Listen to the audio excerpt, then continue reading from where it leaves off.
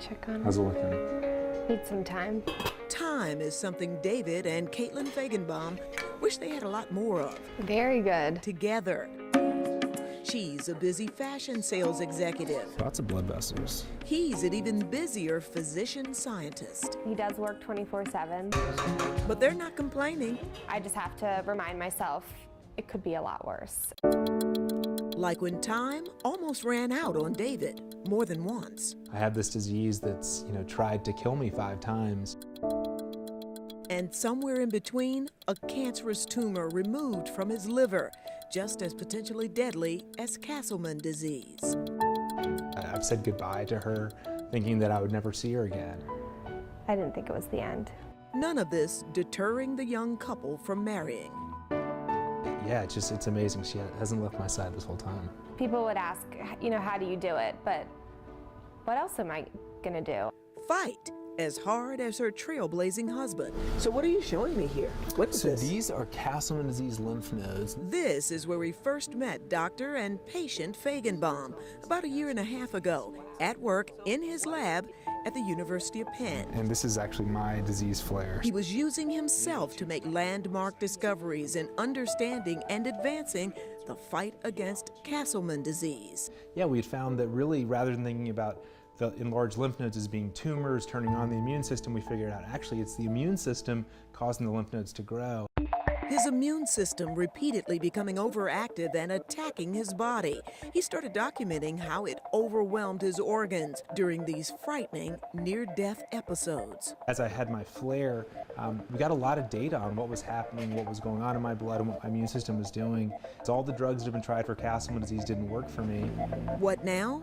Dig into that data he collected. Based on a few patterns that I found, I thought maybe this drug, a drug that had never been used in Castleman's before, it's used in kidney transplantation to suppress the immune system.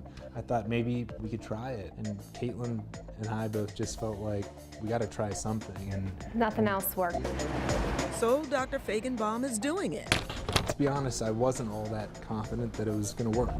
The former athlete turned Penn researcher, professor, and Wharton MBA is experimenting on himself. And now, another milestone. It's been 3 years without a relapse, so more than twice as long as ever before. Still not enough for David Feigenbaum. He says too many doctors have never heard of or know how to recognize Castleman disease. Up until a couple days ago even, there had never been a diagnostic criteria for Castleman disease. There had never been a checklist. Now there is, and you can read more about it in the current edition of the medical journal, Blood. What needs to be done? Dr. Feigenbaum lectures about his incredible journey and progress. And I'm literally dying in this picture in the intensive care unit just across the street. His story featured this week in the New York Times, and there's more. We're also now thinking about translating our research into trying to identify additional drugs that may work for patients, and even testing the drug that's working for me